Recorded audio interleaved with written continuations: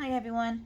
Um, a couple of days ago, my sister and I we were having a conversation, and it we were talking about that God can take away people, or He can take away people out of your life in order for you to be able to prosper for God's calling for you.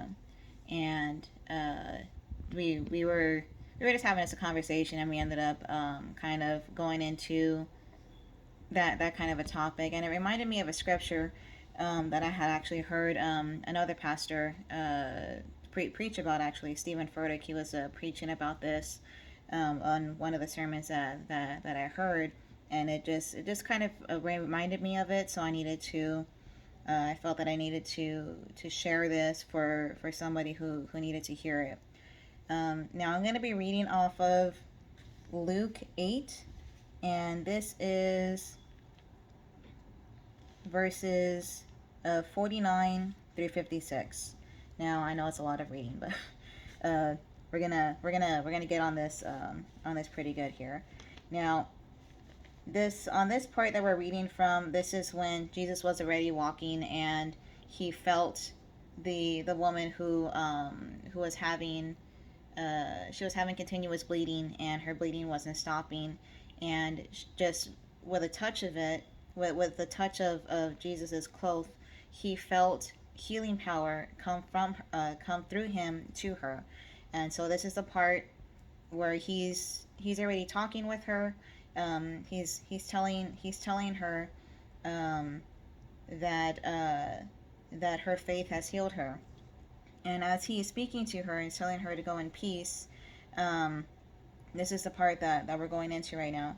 So while he was still speaking to her, a messenger arrived from the Jairus home with the news that the little girl was dead. She's gone, he told her father.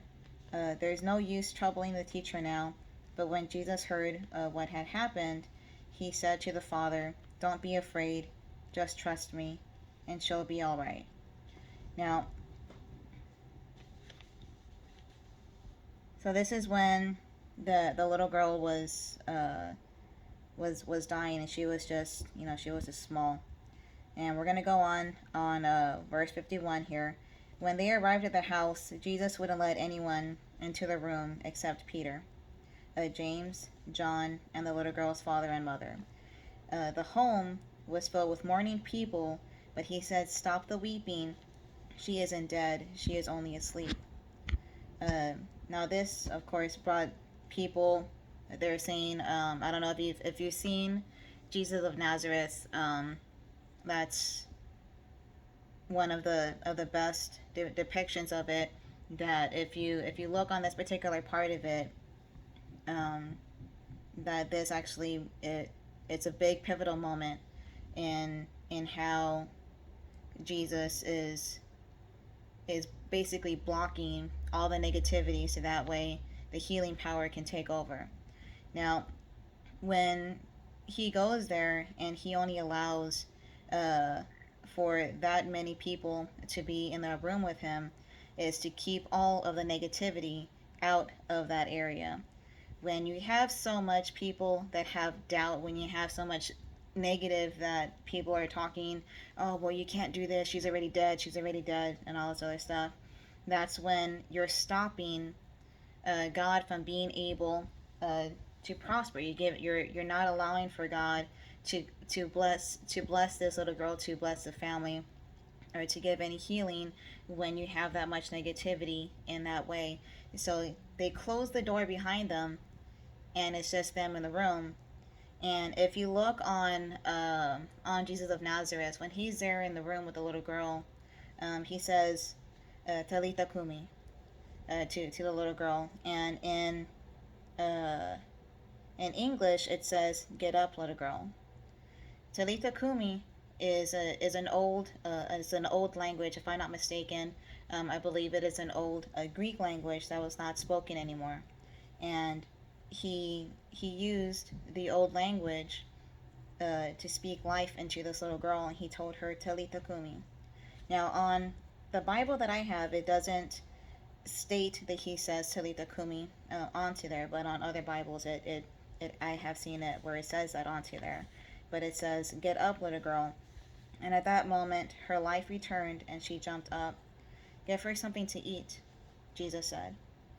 And he said her parents were overcome with happiness, but Jesus insisted that they not tell anyone the details of what had happened. Now, with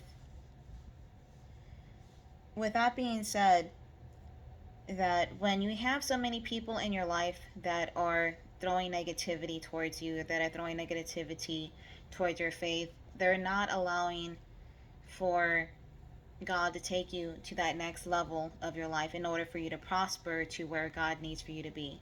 And in life, there's going to be people that are going to come into your life for a certain time and then they are going to leave, or that there's going to be an end of time in which that it's just not working, of y'all being together, and that's just um, that's God taking away the negativity in order for you to be able to prosper to where God needs for you to be.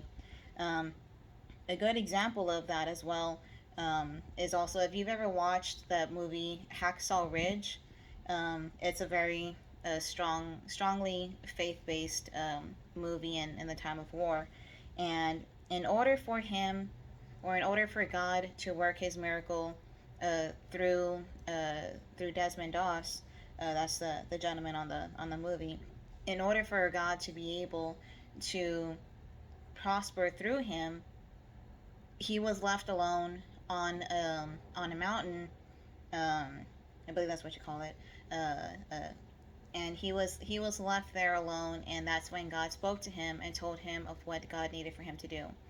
So he ended up saving 75 people on his own. He ended up going through, because this was a time of war. This is placed during World War II, when they're in Japan, and they're fighting, and most of the people are already off of that ridge, and he's there alone.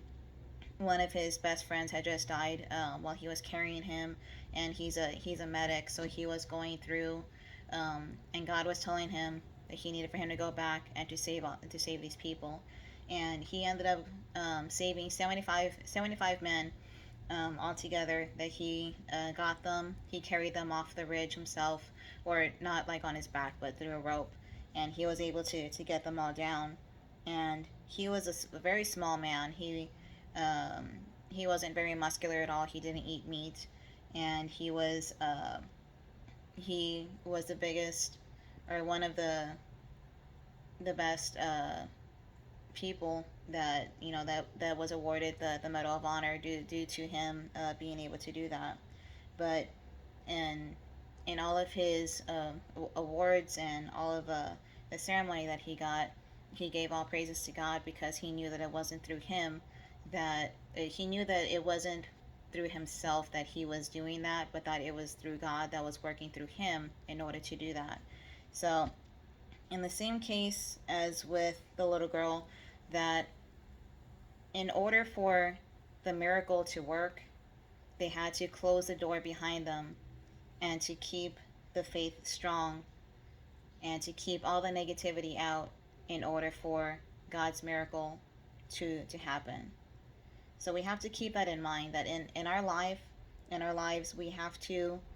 uh, we have to keep in mind that even when at times, if you're for example, if you're in a relationship with somebody, and their negativity towards your faith, their negativity towards you, their negativity towards life, it it's stopping, or it's blocking God from being able to prosper you to being in a higher place of where He needs for you to be, or where He has planned for you to be.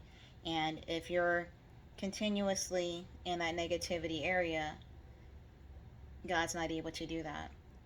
So when He's working through that area, and He's getting rid of all the negativity, you're gonna see yourself prosper even higher. um, Even if you are alone, you're gonna prosper higher of where God needs for you to be, and it's going to take you to a place to where even bigger than to where that you thought that you would be. So keep that in mind.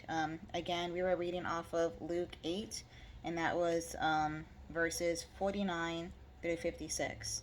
Again, you can watch Hacksaw Ridge if you want to get more of an understanding on that part of what I was stating. That he was left alone on the ridge, and that's when God did His best work through him. So keep that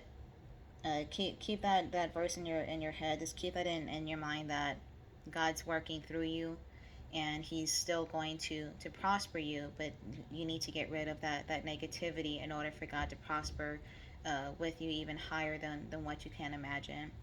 But thanks again for listening, and I just wanted to share that verse with y'all. Um, I'm gonna of course keep putting up more videos, more verses, and thanks for watching, guys.